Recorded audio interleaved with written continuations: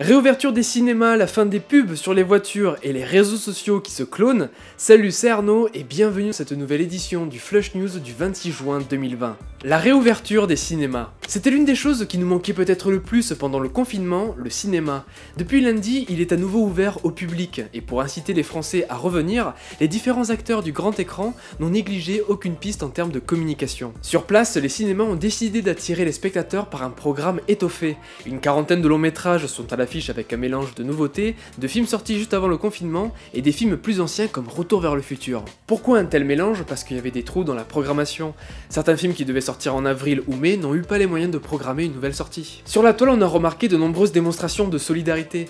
La Fédération nationale des cinémas français a lancé le hashtag Tous au cinéma, le site Allociné a transformé temporairement son logo en Allez au ciné et lancé un jeu concours pour gagner 1 an de place de cinéma, et même les influenceurs s'y sont mis, à l'image de Sofiane qui a consacré une vidéo sur le sujet en expliquant l'impact de la Covid sur l'industrie du cinéma et pourquoi il faut y retourner. Au final, toutes ces initiatives ont été bénéfiques, certains parlent déjà de chiffres excellents, rien que lundi, le cinéma des Halles à Paris a enregistré 421 entrées, soit autant qu'un mercredi de sortie. Et ce n'est pas prêt de s'arrêter, selon une étude de Médiamétrie, près de 22 millions de Français comptent s'y rendre dans les 4 prochaines semaines. De notre côté, l'équipe de Hush est allée voir le documentaire Mon nom est clitoris sur la sexualité féminine.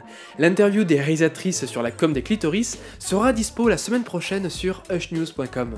Faut-il supprimer les pubs qui parlent de voitures? Comment lutter contre le réchauffement climatique?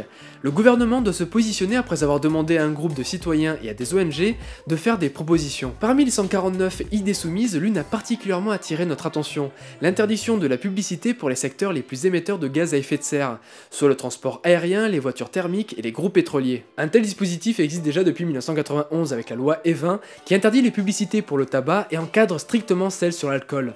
Cependant, appliquer cette loi à d'autres secteurs serait compliqué, notamment d'un point de vue législatif. Et si l'on interdit la publicité aux voitures, pourquoi ne ferait-on pas pareil avec le secteur de la mode qui représente à lui seul 10% des émissions de gaz à effet de serre? Pour les ONG, si les publicités de voitures ne font pas l'éloge de la pollution, les messages verts type l'énergie et notre avenir, économisons-la, ne sont pas assez forts. Les publicités nous inciteraient au contraire à la consommation et donc à la pollution.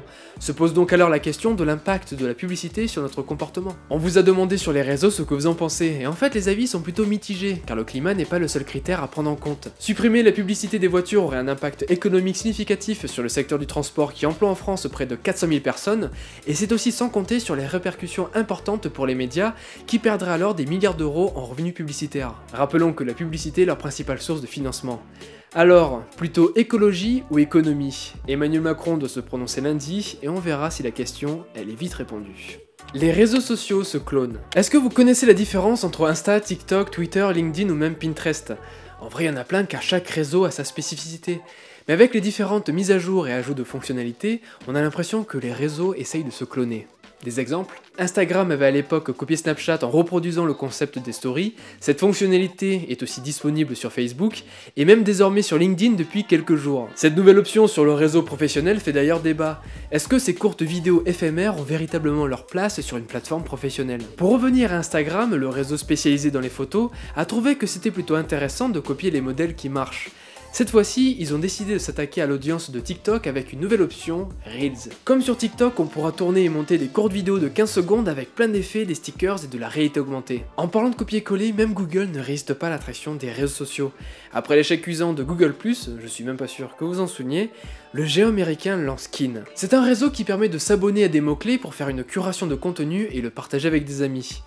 Une sorte de Pinterest quoi. Finalement, l'avenir des réseaux n'est peut-être pas dans la création de nouvelles fonctionnalités, mais peut-être dans la mise en place d'outils en dehors des plateformes.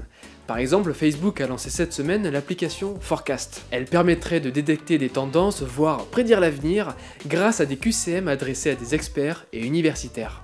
Merci d'avoir suivi ce Flush News jusqu'au bout, on se retrouve bientôt pour une nouvelle édition. D'ici là, comme d'habitude, n'hésitez pas à aller faire un tour sur les réseaux de Hush ou sur notre site hushnews.com. Ciao.